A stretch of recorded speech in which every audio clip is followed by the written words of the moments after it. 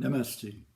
Bienvenue sur la chaîne Boguru Mario, la plus belle chaîne au monde pour enseigner l'Advaita Vedanta selon la voie directe.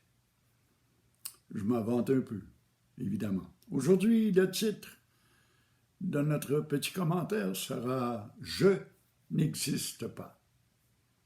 Oh, quelle affirmation, bien sûr. Ça peut frapper comme un coup de marteau. Mais dans notre pratique, nous passerons par cette méthode.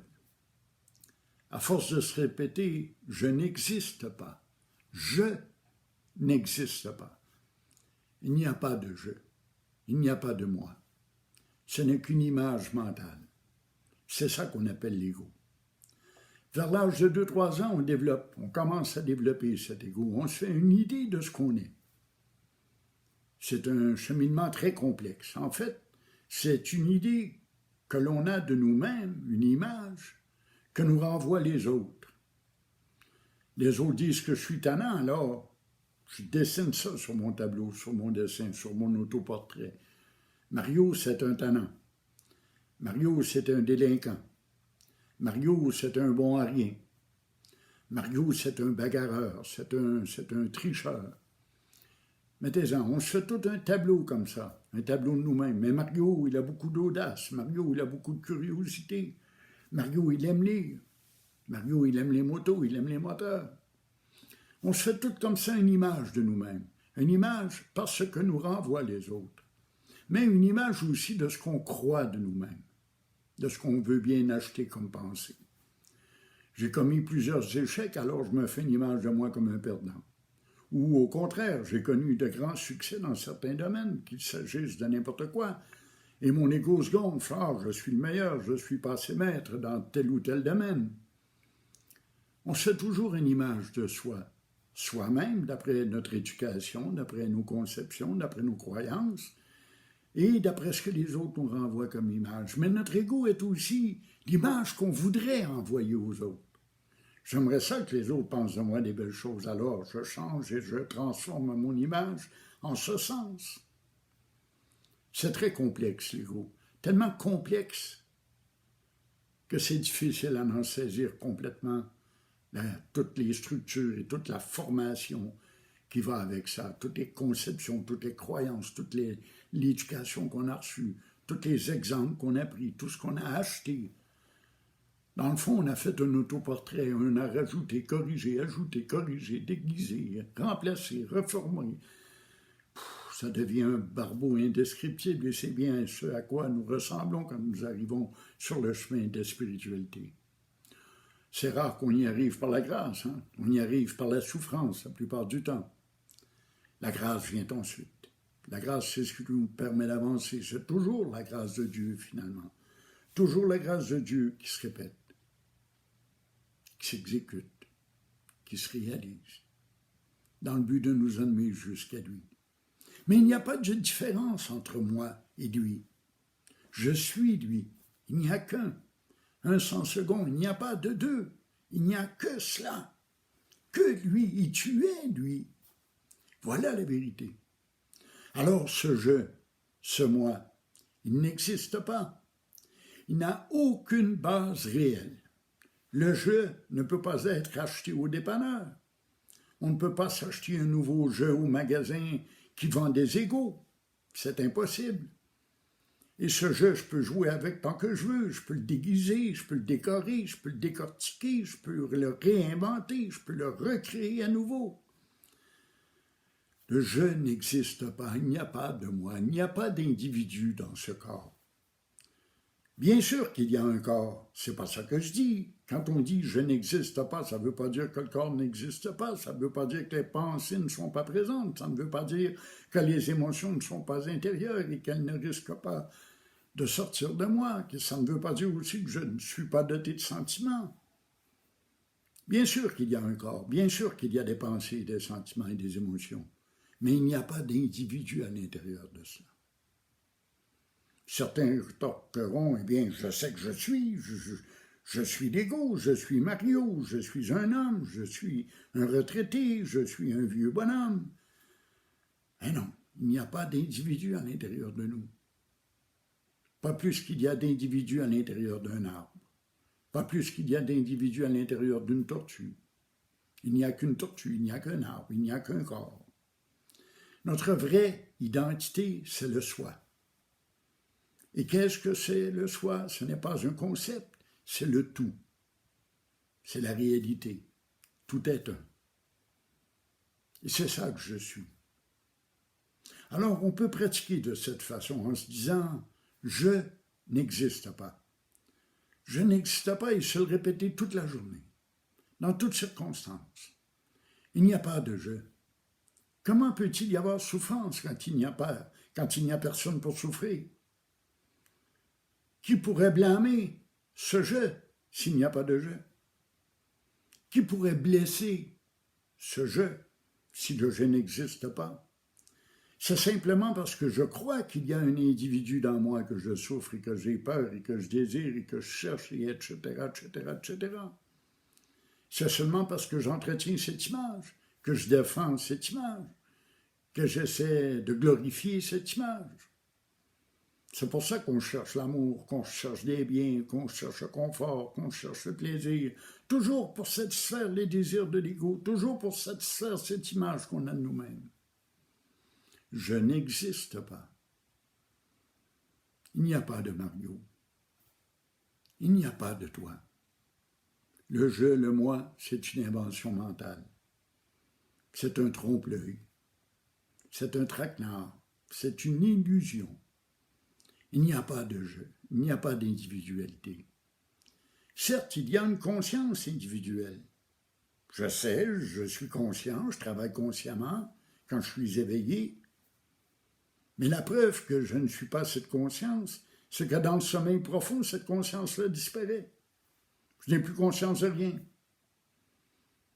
Mais à mon réveil, je sais que j'étais conscient, j'étais là, j'étais présent, j'étais vivant. Donc, il y a une conscience de base, une conscience primordiale. Et c'est pourquoi, d'ailleurs, il y a une conscience individuelle, parce que la conscience universelle illumine la conscience individuelle, elle la crée. Le corps n'est qu'un instrument de perception. Les pensées ne sont que des instruments de perception. Les émotions ne sont que des perceptions. C'est un outil dont je me sers pour voir ce spectacle, pour être témoin de l'univers et de ce qui arrive. Il n'y a rien d'autre, il n'y a pas de jeu. Je suis une conscience incarnée dans un corps humain. Et ce corps-là, il vieillit de plus en plus, il perd de ses capacités, et bientôt, dans quelques années, quelques décennies, il va s'éteindre. Il va mourir. Mais la conscience, elle est éternelle, elle demeure. La vie continue. La vie ne meurt jamais parce qu'il n'y a qu'une seule vie, il n'y a que Brahman, il n'y a que le soi.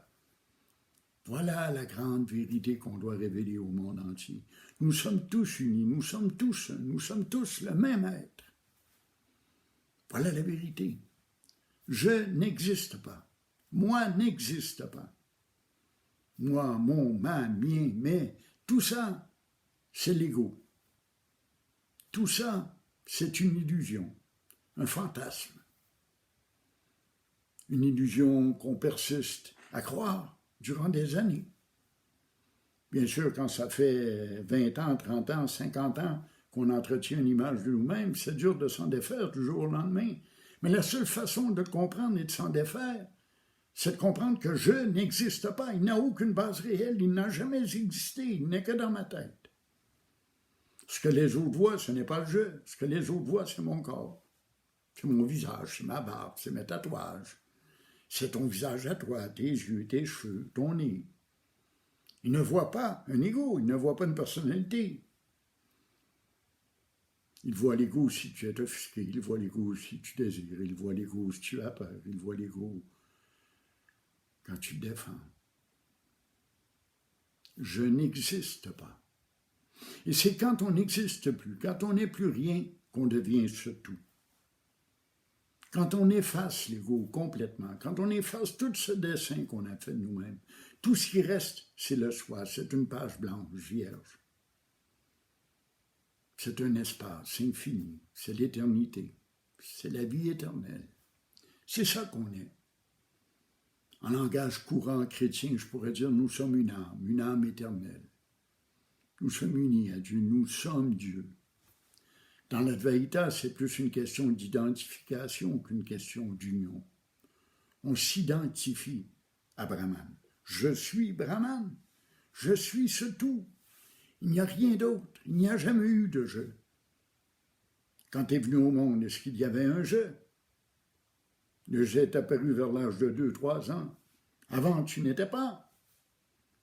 Le je était absent. La preuve, tu n'as pas de mémoire des 2-3 premières années de ta vie.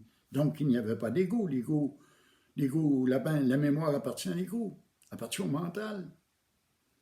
Donc, à quel âge es-tu venu au monde?